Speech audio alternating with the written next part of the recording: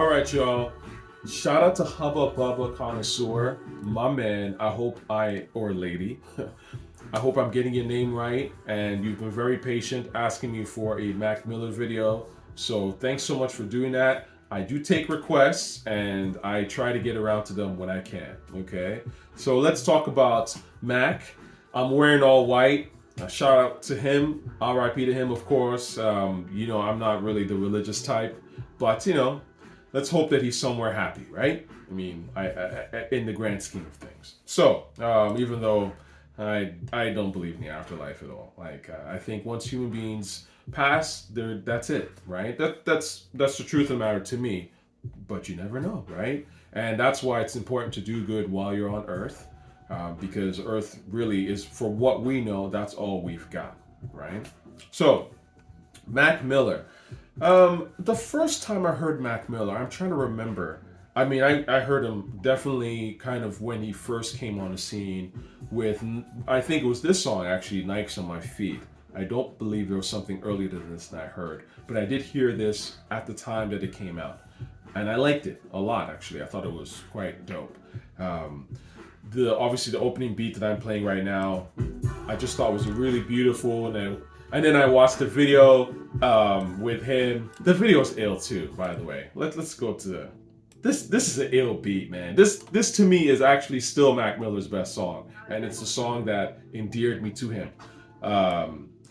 Again, around that timing when this came out, I remember thinking, damn, this is a nice beat, man. It's like some Tribe type shit, but it's still rugged. The Nas vocal, but again, they were sampling the World Is Yours remix, which I thought was really clever because it was a no Nas sample, but it wasn't like the most obvious. So someone who's doing something a little bit different.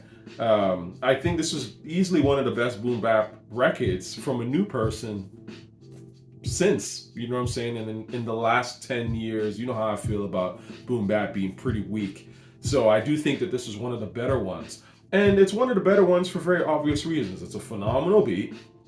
Mac has a pretty good voice, and he carries it well on this. He just fit and he spit, and the bars are good. They're dope bars. I mean, again, they're not nothing crazy. He's not breaking down shit, but he's just talking about his Nike obsession from a white suburban point of view. And it feels genuine, and it feels real.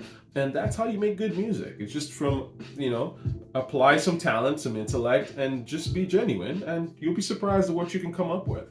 So I really like this song. I love the video. And that was the other thing that I noticed about Mac right away, from those sort of Nikes on my feet, Kool-Aid and frozen pizza, which I'll get to in a second. I liked that he was showing Pittsburgh. He wasn't in the hood. He wasn't in the hood, pretending to be a hood and none of that shit. He was just some suburb kid riding around, having a good time. And I just thought to myself, and not in a corny way, right? Because to me, you have to also understand, when he came out, he was like right after Asher Roth, which I didn't like. I thought Asher Roth was corny as fuck. Asher Roth was the great white hype at one point. For those of y'all, we don't even talk about Asher Roth anymore. You know what I mean? I listened to that whack ass album that he came out with, and I was just like, garbage. And he had all the cosigns in the world.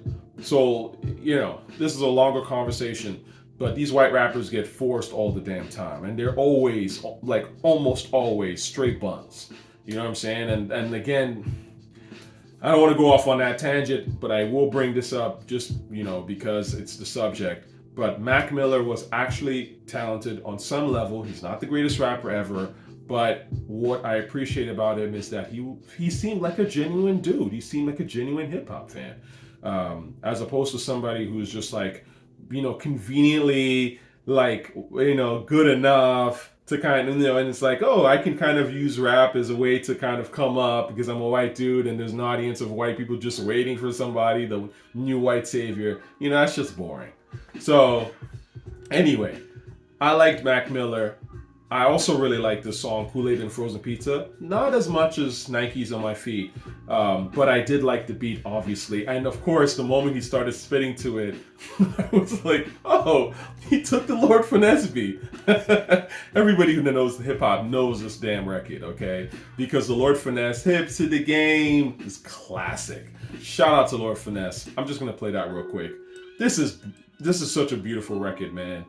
I mean, the bars, the swag, the whole thing. It's brilliant. I'm hip to the game. I always be the same. True. This is classic Lane. Ain't a damn thing changed. I'm hip to the game. I mean, Mac Miller's version doesn't come close. Respectfully. Not trying to rain. Sunshine and rain. Dang. This ill. That's just something. Maybe watch to get the 411.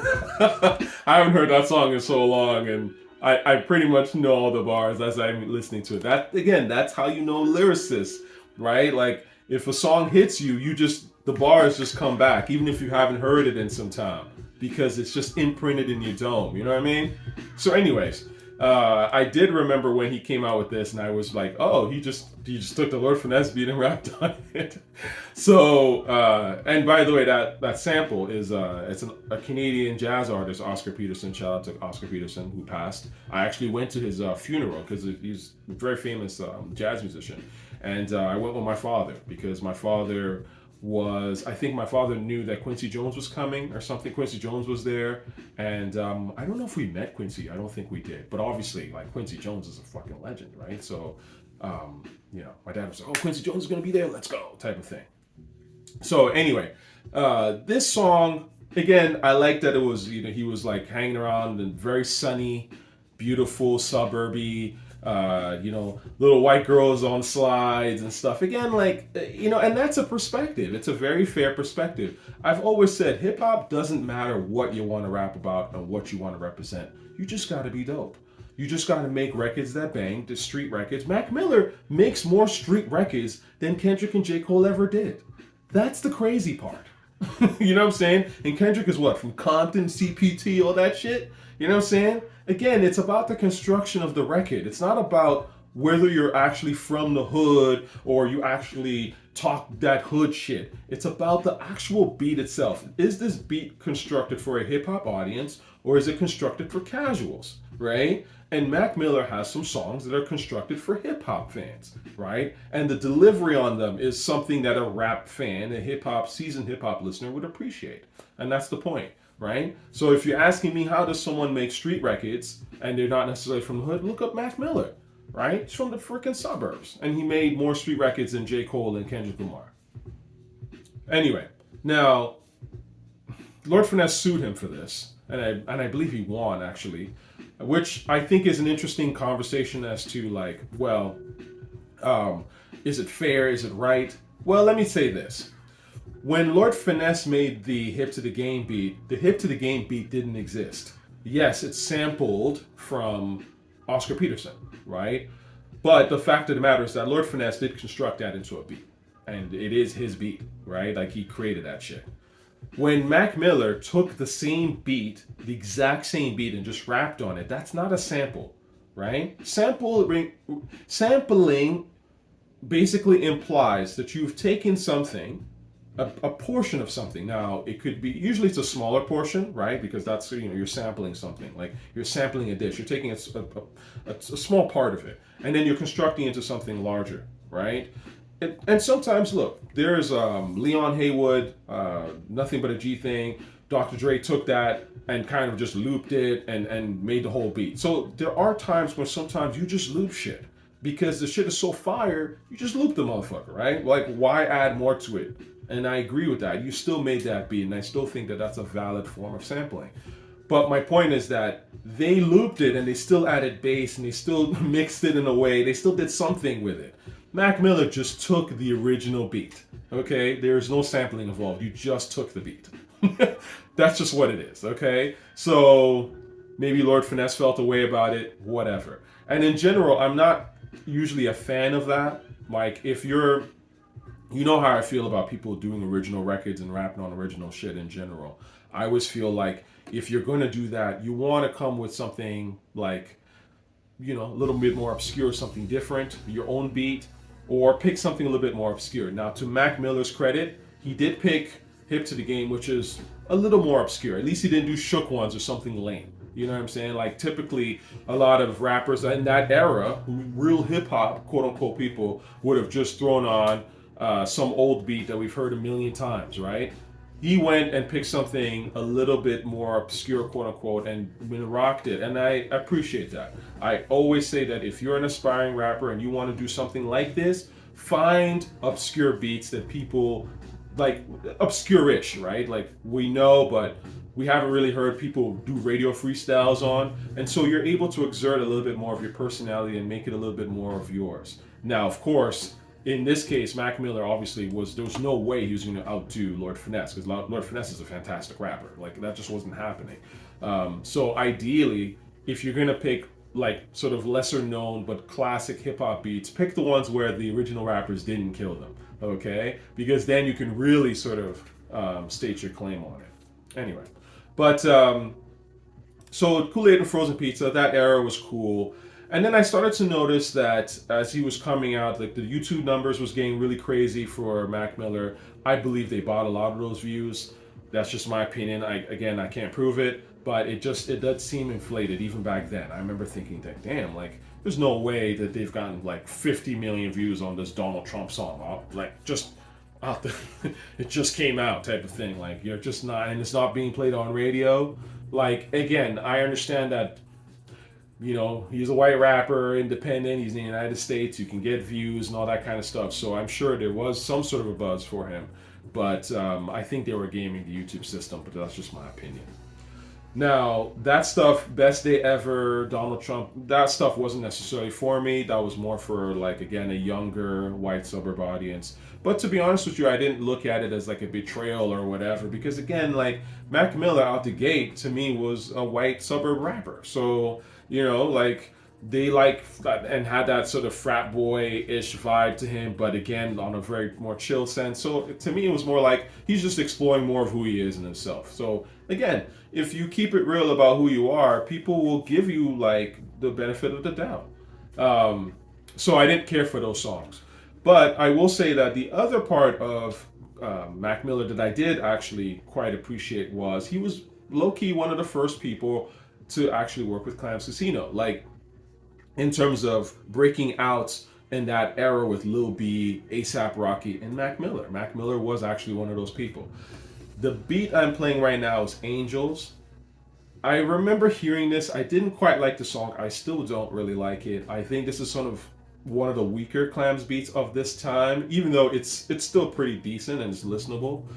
But I don't think that Mac even did well on it personally, and I don't even think it's that great of a Clams beat. I think there were better Clams beat from this volume, right? And Rocky took the best ones. Or Yams, right? Shout out to Yams. But they took the best ones. Now, the other beat that he did over, that I actually really love, this beat is phenomenal. One Last Thing. This is a great Clams beat. I unfortunately don't think that this is a great Mac Miller song.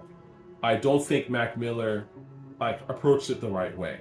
And now I understand it because again, Clams Casino was some new shit, right? So it's tough to really figure out what to do. Obviously, A$AP Rocky is still the best rapper we've ever heard on the Clams beat. He figured it out. Him and Yams figured it out how to approach that shit. Because this beat is phenomenal, but it's also really relaxed. And Clams is already fairly relaxed, but this is like really relaxed. So you need to chill out. You know what I'm saying? And I think that when Mac Miller was rapping One Last Thing, he was just trying to I'm trying to rap, and prove that I can rap, but it doesn't call for that. Again, hip hop is music. You have to know what you're doing musically, emotionally, and that's what really works and does or doesn't work. So that was my opinion on it. I don't think that this beat is great, but Mac Miller didn't quite fit on it. But the beat that did work for Mac and is one of my favorite Mac Miller songs, period, is Bird Call. This beat is phenomenal, Clams beat, and I thought this was by far the best song on this, I think, Watching Movies with the Sound Off album. I think Mac Miller killed it, and you know, he was just kind of chilling, watching World Star, like that kind of old schoolish, almost Arsenio Hall wrap-up type of energy, and Mac Miller did well on it, and Clams was going into that sort of, again, breakbeat-ish, throwback vibe, but with his own weird sort of like nature sounds. I mean, this is dope, man. This is dope. It's just real ass hip hop, man. And like, again, I've said this in previous videos about obviously with race and things like that. Like hip hop says you can be in hip hop. It doesn't matter what race you are. Just be fly. Just be dope, right? And just be genuine, right? And like people are gonna fuck with you. I fuck with Mac Miller. Like I didn't think much of it, right? So, but if you come in trying to appropriate black music, right, and trying to be like, you know, you want our cosign, you use us for the cosign, and then you cast us aside like, nah, like y'all blackies aren't even good enough. Like that's obviously offensive. Like why wouldn't it be, right? Anyway, so that's about it for me when it comes to Mac Miller. The other stuff that he made after this, I didn't quite care for. Like he had some songs like Self Care and with Anderson .Paak and stuff like that. They were okay, but they're not things that I would ever listen to. They were more sort of on the pop, in my opinion, sort of alt R&B vibe, and that's okay. Again, for that audience, but that's not hip hop to me, and that's not stuff that I would ever check. As far as Mac Miller goes, the songs that I love for him, number one, Nikes on My Feet by far. Shout out to the guy who ever made that beat. That's the best song Mac Miller ever put out, in my opinion. And then I would say after that, maybe Bird Call, and then Kool-Aid and Frozen Pizza. Those are the songs by Mac Miller that I would ever like sort of play on my own. But particularly Nikes on My Feet. Like I play that every now and then because I just love that song. And the video's fly, right? The whole thing is just well put together. So R.I.P. to the man. It's obviously unfortunate how he passed, and we don't know what he could have done.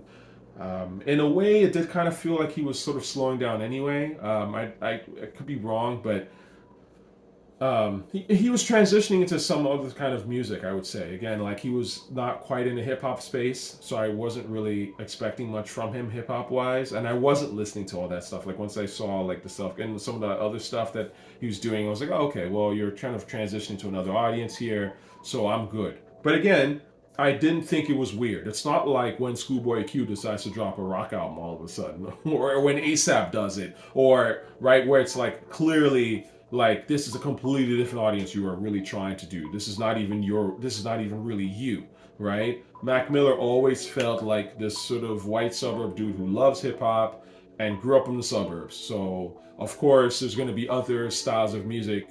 Being in the suburbs, he's going to probably want to do a little rock and roll or whatever. And I didn't think much of it.